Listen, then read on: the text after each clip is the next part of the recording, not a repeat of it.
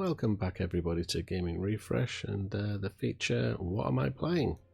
Today we're going to be taking a look at Slay the Spire. So this game is available on multiple platforms, Switch, Xbox, Steam, PC, it's even on some mobile platforms. I think it's on iPad at the moment and it is coming to Android. And I thought I'd give you a look at the game itself. So Slay the Spire is a roguelike card game. At the start you don't have all of these characters unlocked. I think you may only have one or two unlocked at the start, but the more you play through the game the more characters you get to unlock. So at the moment, like I say, playing on the Xbox, and I've unlocked all 4 characters so far, so we'll jump in and give the game a quick demo.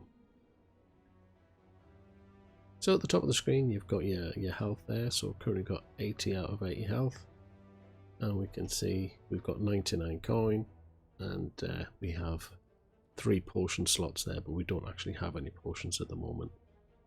You generally get a random event happen at the start of the game, and you can get something different from these events. So as you can see here, I can have a random rare card or obtain an extra gold. I'll go for a random rare card. So now this is basically the map screen for Slay the Spire. You'll get 3 acts, and each of the acts will have a full map like this, and you get to choose your path through the map. Now you can see their legend on the right hand side there. The path through the map will take you through various different encounters. So I think what I'll do, I'll try and find path through the map which is going to show off as much of the game as we can. So we'll go this way first of all, I think. So you're going to have a deck of cards here. If we press the left trigger we can actually see what is in that deck. All the games are going to start off with the same basic deck, so you're going to be building the deck throughout the game as you play through. You're going to add more cards to that deck, and you're going to shed some cards from your deck as well.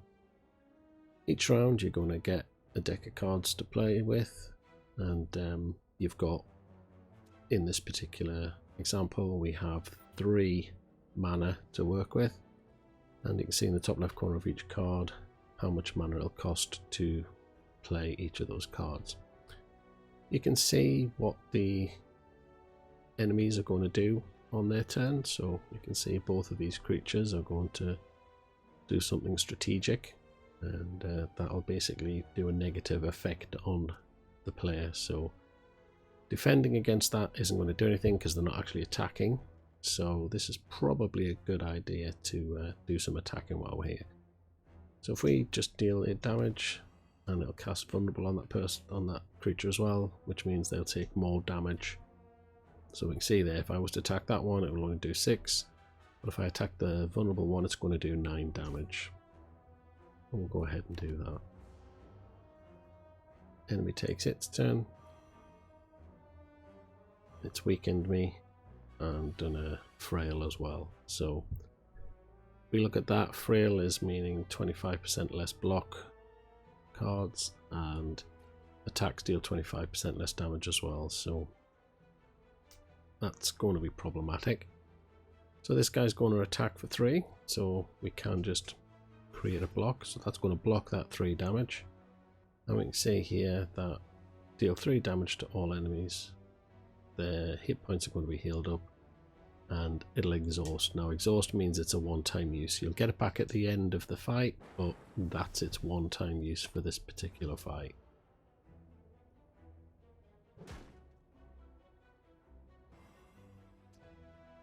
You see we block that damage there. Now he's going to hit us for 8, so it might be an idea to try and get him down before he does that damage. So let's get rid of him. And also, I'm not going to play any cards that time. You do discard your hand down at the end of the round, so it's not like you get to hold on to any cards as you go through. There will be some cards that will have a bonus on them where they don't get discarded at the end of the round. And as you can see, at the end of a combat you're going to get some loot. In this instance we've got 18 gold, and we get to add a card to our deck. So this is the unlocking aspect of the thing. So we're going to add these cards to the deck, and we're going to be able to use them in future fights. So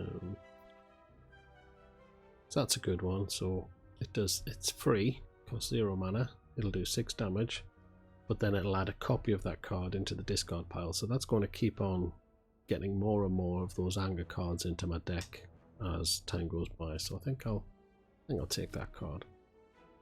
So we'll go into another fight here.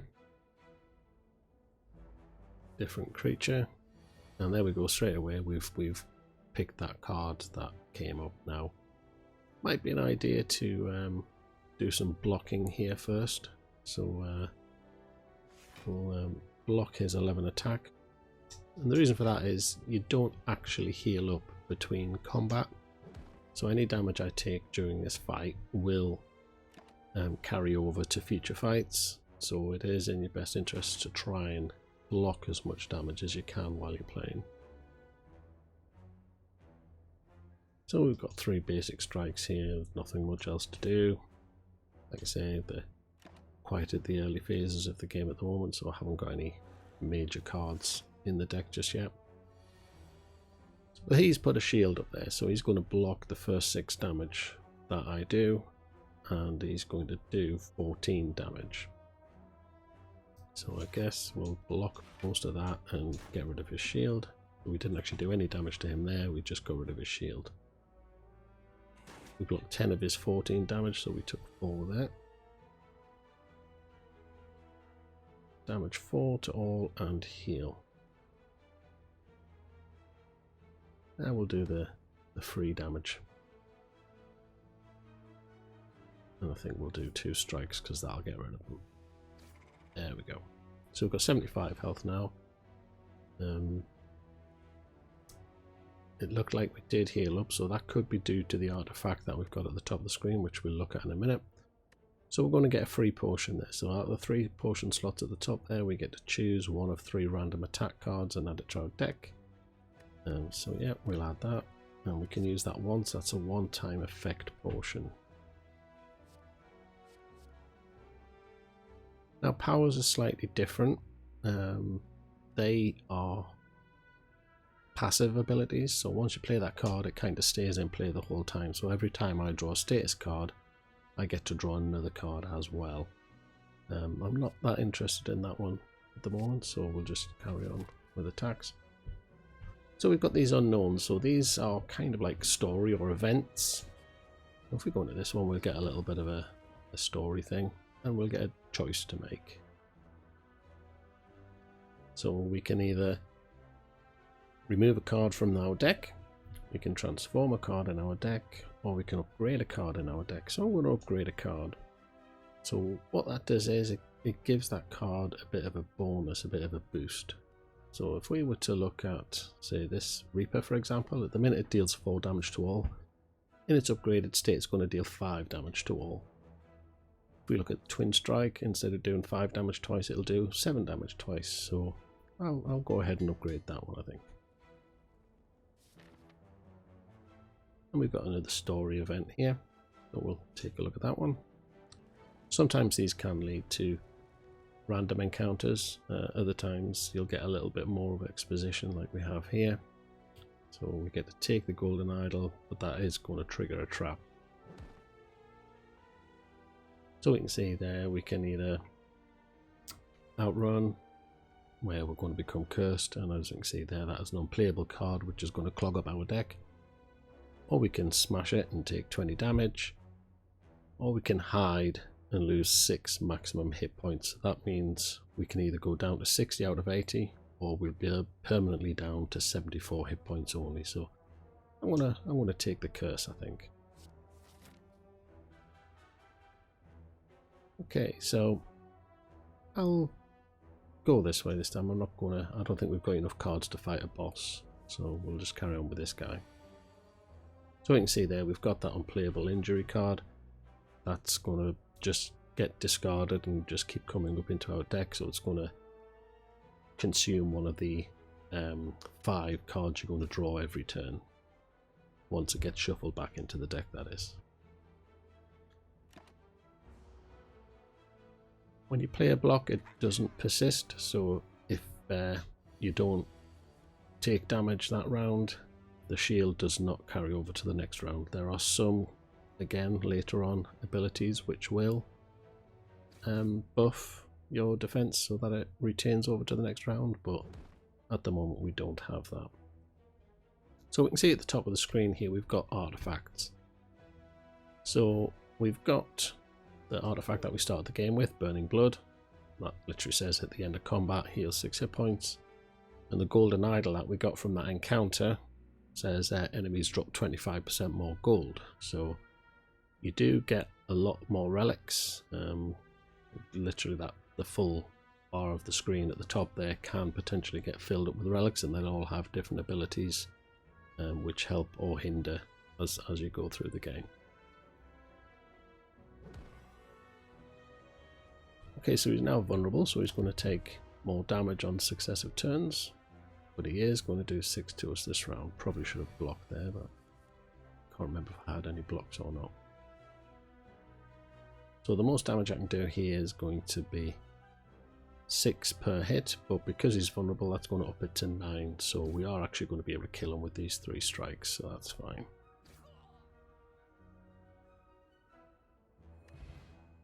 And again, we got gold, and we get to add another card to our deck.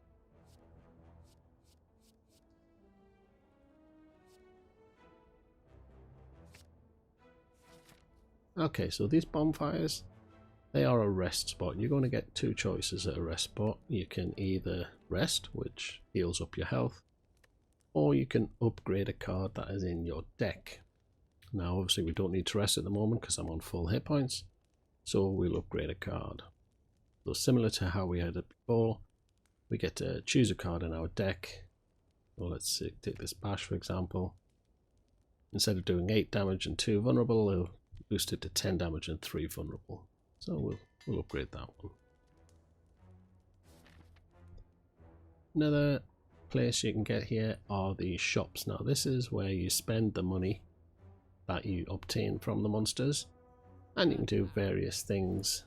You can buy more relics. So we can see here we've got a couple of relics there that we can buy. A couple of them are too expensive, so we can't actually buy those, but we could buy that one oddly smooth stone if we wanted, which boosts your dexterity.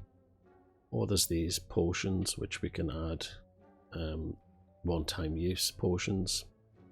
We can remove a card from our deck, so as you get further into the game you're going to get more and more cards into your deck, so you may want to start removing cheaper cards that you start the game off with, and then obviously you can buy cards as well.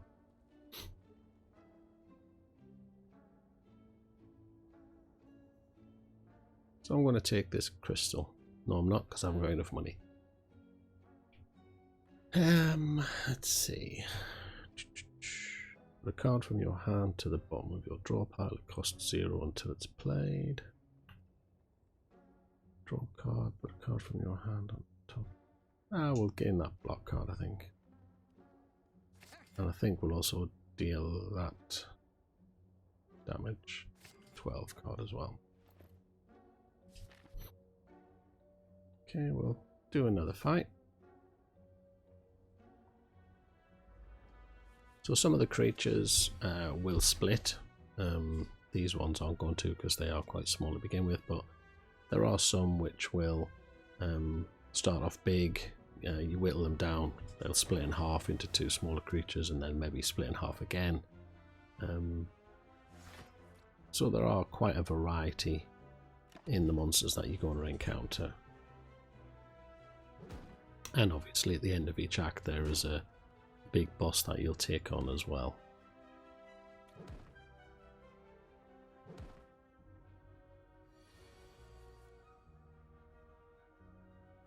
So we can see, take him out. Deals 2 additional damage for all your cards containing strike.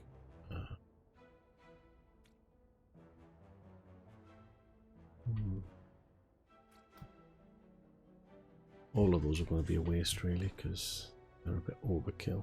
Oh no, we've got another strike, so there we go. Right.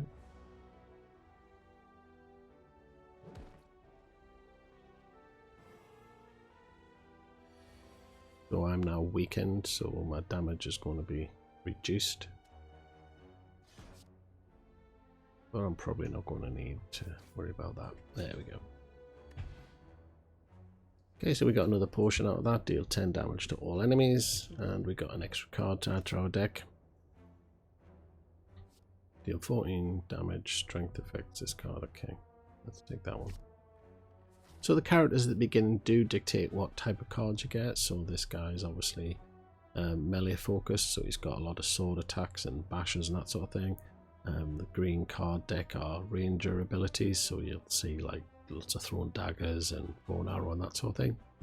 So we see here now we've got a treasure chest on the map, and that will just give us something loot. So we've got some gold and we've got another rune there. Whenever you obtain a curse, increase your maximum hit points by 6. So we've got that relic, and now that is added, and that'll persist there till the end of the game. We'll do one more attack and go in and see some of the other features the game has.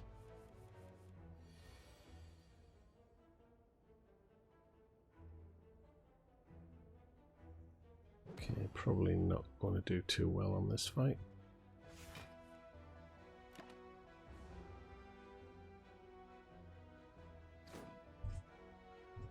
So what we'll do on this one, we'll use that potion.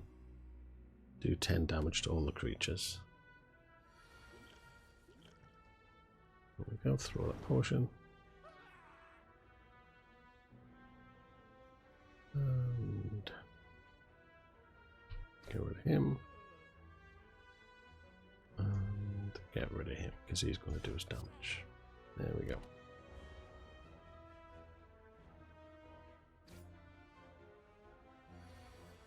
So the reason this is kind of a roguelike is because you're going to be unlocking things for future runs within the game. So whenever you go to shops or when you beat a boss, it will unlock a couple more cards which will be available in future runs. So if we just go back, we'll save and quit that. We'll be able to see on the compendium the card library, so we'll see what cards we have actually unlocked for each of the characters, and we can see here there's quite a lot of variety in the cards. That's the card set for the ranger, and obviously we've not unlocked those yet, so those 3 cards are still a mystery. They've not been collected yet in the game, and as we see, the other 2 characters I haven't played a lot of, so a lot of their cards are still locked. And we can see there the purple character and the blue character, I haven't unlocked a lot of their cards, and those are the colourless cards. They're available to all the characters that you play, and obviously the curses as well. So if we look at the red cards, I think I've unlocked all the red cards, have I? Yep, I've unlocked all the red cards. That's because I have actually completed several runs right up through to the end of Act 3, so I've unlocked all of their cards.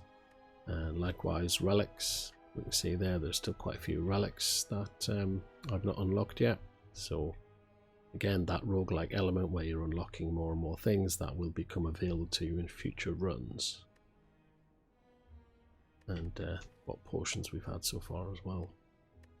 As far as the game goes itself, we'll just abandon that run for now.